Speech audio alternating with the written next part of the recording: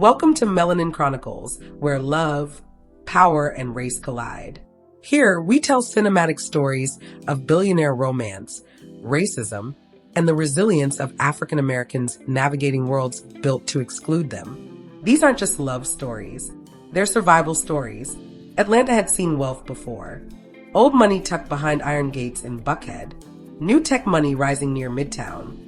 But Daniel Whitmore's mansion sat on its own private incline overlooking the city like a silent declaration. Self-made, ruthless, precise. He didn't inherit an empire, he engineered one. From a cramped startup office near Georgia Institute of Technology to boardrooms in Manhattan, Daniel built Whitmore Holdings into a multi-billion-dollar logistics and infrastructure powerhouse. He was known for clarity under pressure, for never folding, for never apologizing, especially not after his divorce.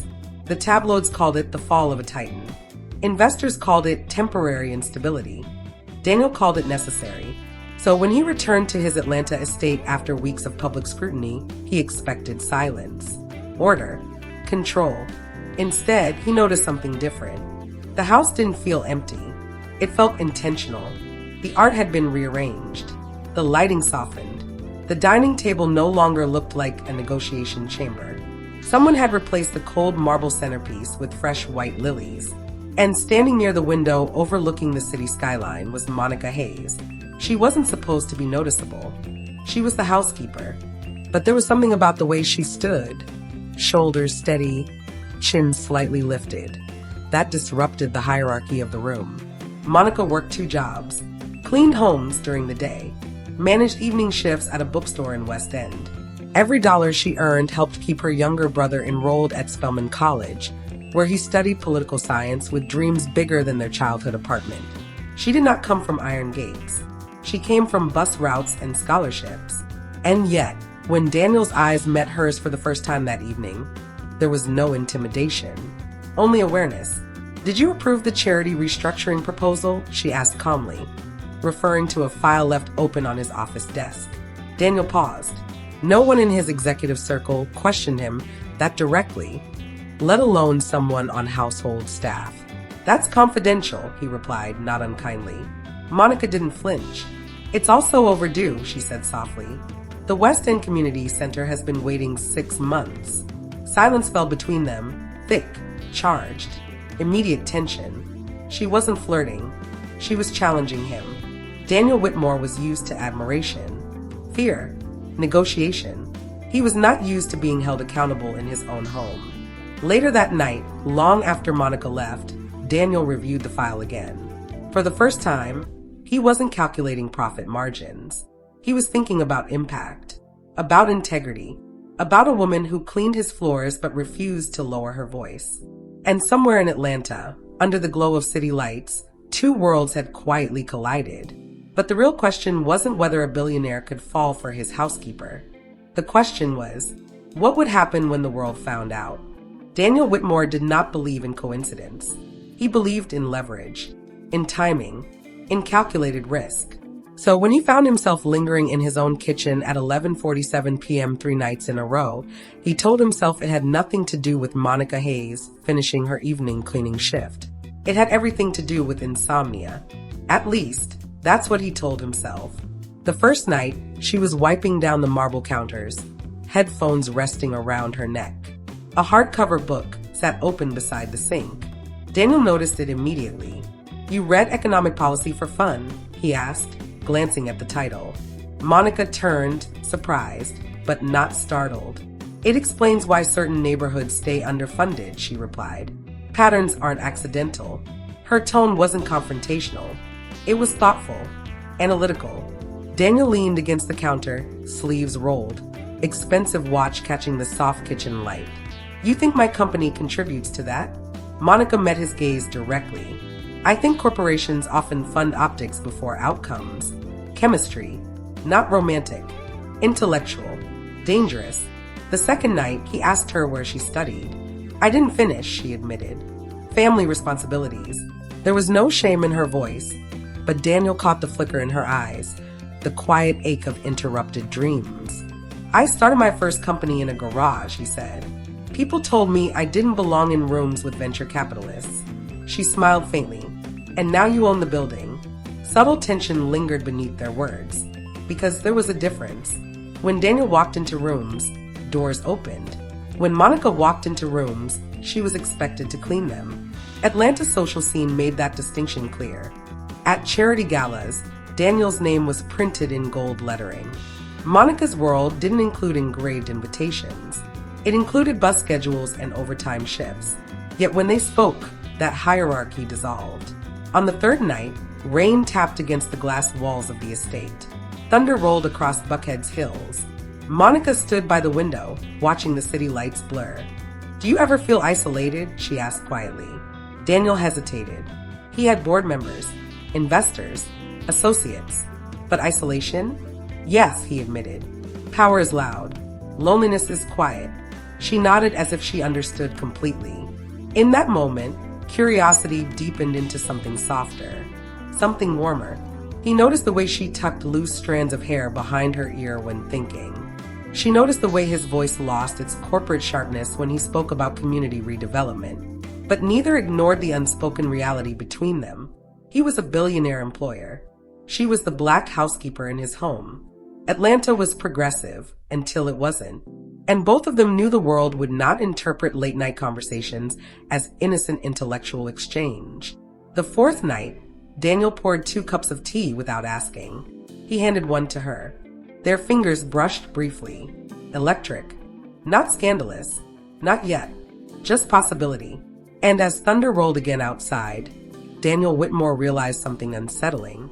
For the first time in years, he wasn't in control of where this was going. And Monica Hayes, despite everything she stood to lose, wasn't stepping away. But in a city built on image and influence, how long could something this fragile remain unseen? Atlanta loved a love story, until it didn't. It began with a photograph.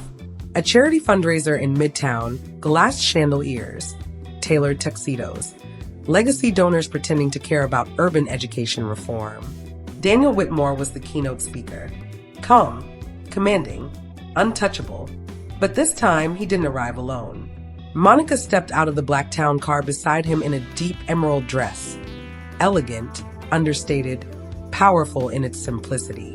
She wasn't adorned in diamonds. She wore confidence, and cameras noticed. At first, the murmurs were polite. "Is that staff?" No, she came with him. The distinction shifted the air.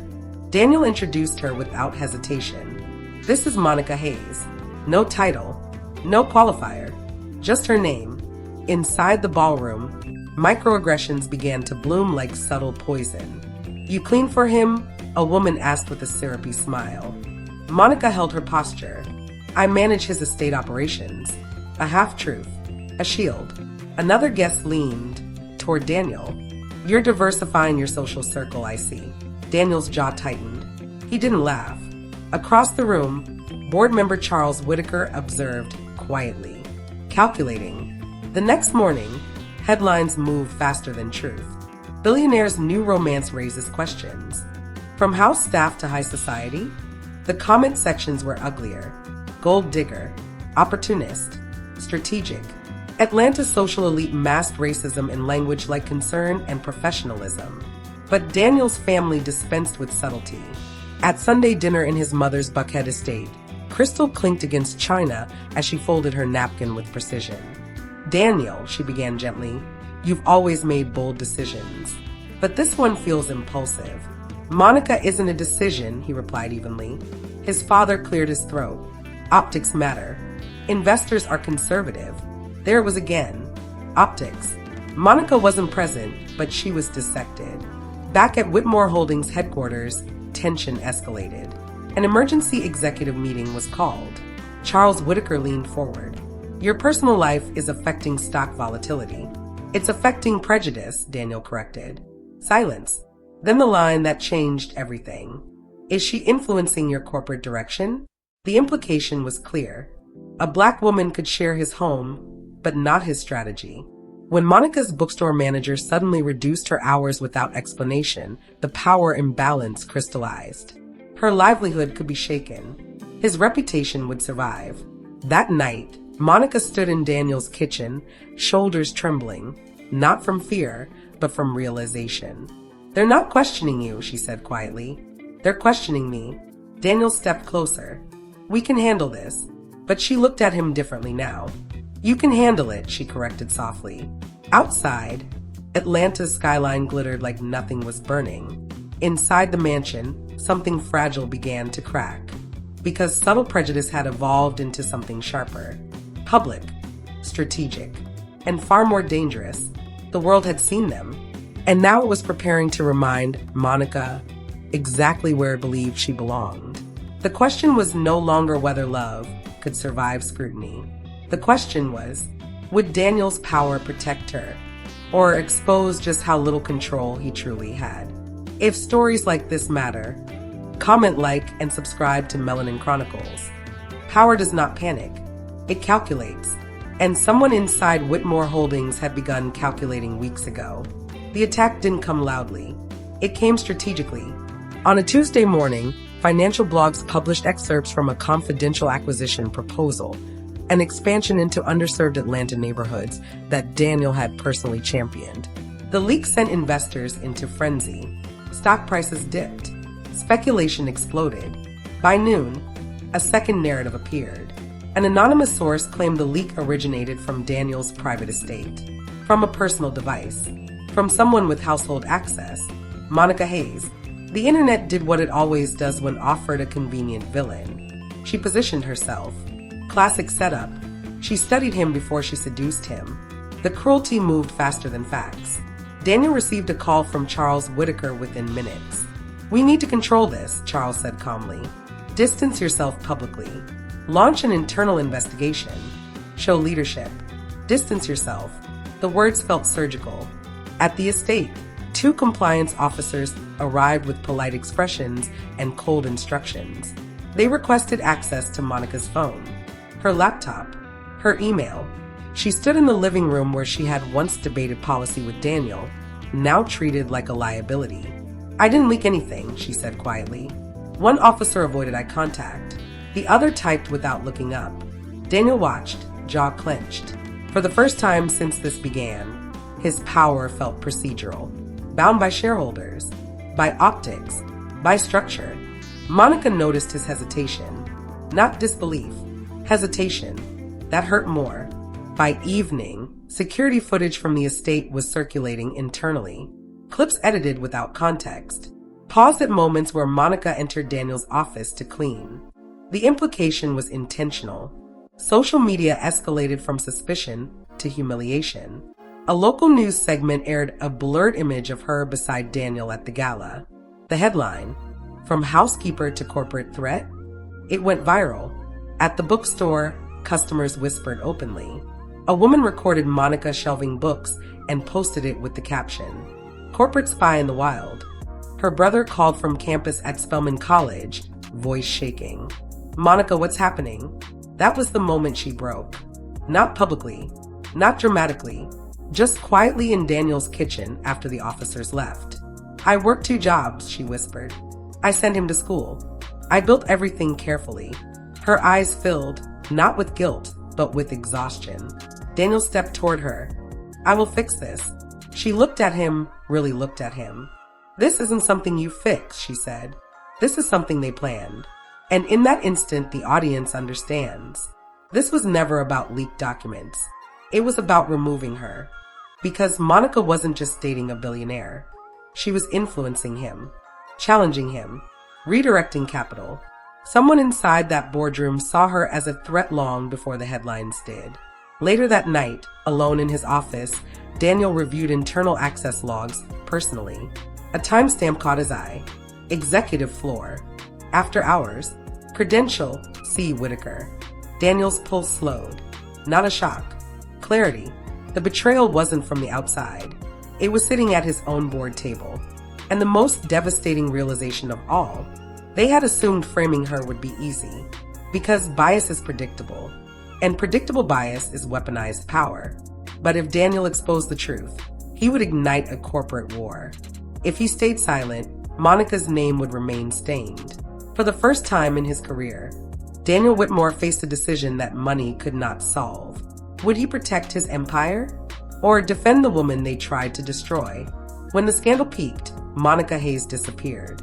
Not in disgrace, not in hiding, but in decision. She resigned from the estate before Daniel could temporarily step back on her behalf. She packed her belongings in 2 quiet hours while Atlanta argued about her on screens she refused to watch. When Daniel arrived home and saw the empty closet shelf, something inside him tightened. There was a note. "I won't survive this as someone you rescue. I have to survive it as myself." That was the difference between them. Daniel had always solved crises with authority, strategy, legal teams. Monica solved them with boundaries. The following week, Whitmore Holdings board convened in emergency session. Investors were restless. Media pressure intensified. Charles Whitaker remained composed, offering polished reassurances, until Daniel connected his laptop to the boardroom screen. He didn't raise his voice. He presented timestamps, access logs, security badge data, forensic verification tracing the leak to Whitaker's executive credentials. Silence thickened the room. Whitaker attempted composure. "This is circumstantial." Daniel slid printed documentation across the table. "It's verified. The real enemy was revealed." Whitaker had orchestrated the leak to halt Daniel's proposed restructuring, capital redirection toward marginalized Atlanta neighborhoods that threatened certain private investment alliances. Monica had simply been the easiest target, because bias lowers suspicion.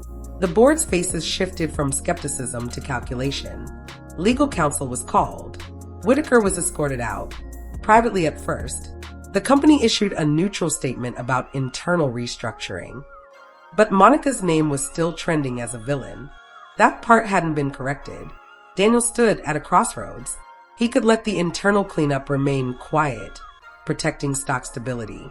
Or he could go public and risk market volatility to restore her name. Comfort or courage? That night, Monica stood in a community center in West End, speaking to local organizers about corporate accountability. She hadn't asked for Daniel's help. She was building something. When Daniel arrived unannounced, he didn't step on stage. He waited. When she finished speaking, measured, intelligent, unwavering, the room applauded her. Not as his partner, as a leader. Afterward, outside under the Georgia humidity, he told her the truth. Whitaker leaked the files. "I have proof." She searched his face. "Are you going public?" There it was, the real test. If he stayed silent, she would still rise, but without restoration. If he spoke, he risked shareholder backlash and investor retreat.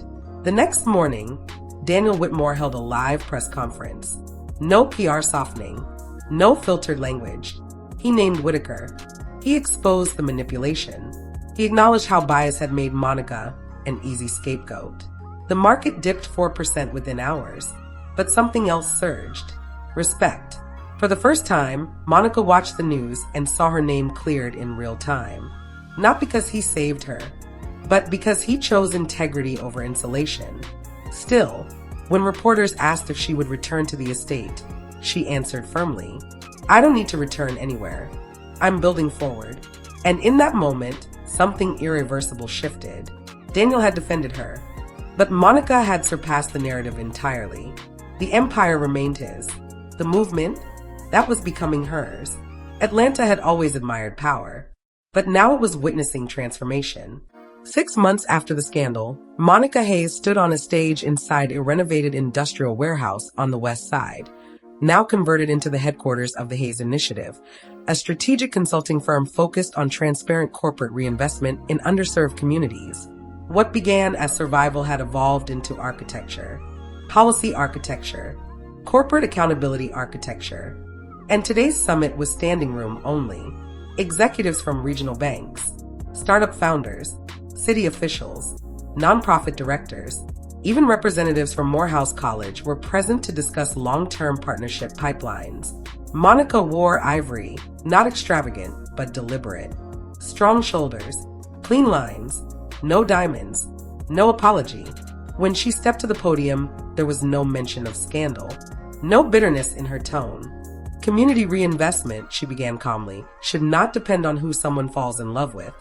Laughter rippled lightly through the audience, but the message was surgical. Behind the scenes, Whitmore Holdings had shifted its capital allocation model. Daniel had restructured the board, introduced transparency mandates, and redirected millions into initiatives Monica helped design, but did not control. That distinction mattered. She was not an extension of his empire. She was its equal challenger, and in certain rooms now, its superior strategist. When Daniel entered the summit later that afternoon, cameras turned. Analysts whispered. He was still powerful, still wealthy, still respected, but the dynamic had changed. He didn't walk ahead of her. He joined her on stage during a panel discussion titled Redefining Corporate Legacy. A moderator asked him directly, "Did you anticipate this shift when your relationship became public?" Daniel glanced at Monica before answering. "I anticipated resistance," he said evenly. "I didn't anticipate growth." The audience applauded because they understood what that meant. He had chosen courage. She had chosen evolution. And together, they had chosen dominance, not of headlines, but of narrative. Later that evening, as Atlanta's skyline shimmered in the distance, Monica stepped outside onto the terrace for air. Daniel joined her quietly. "You surpass me," he said, not as insecurity, but admiration. She smiled slightly. "No, I stepped into myself. There was no imbalance now. No rescue story. No scandal echoing behind them. Only partnership." Monica had not needed saving. She needed space. And when that space was threatened, she created her own platform. The world had expected a billionaire's love story. Instead, it witnessed a recalibration of power. The truth is, money can build empires, but integrity determines who leads them. And what shocked everyone wasn't that Daniel Whitmore fell in love with his black housekeeper. It was that Monica Hayes refused to remain anyone's footnote. She became the headline. And this is what happens when resilience meets opportunity and love refuses to bow to prejudice. This is Melanin Chronicles, where the untold becomes unforgettable.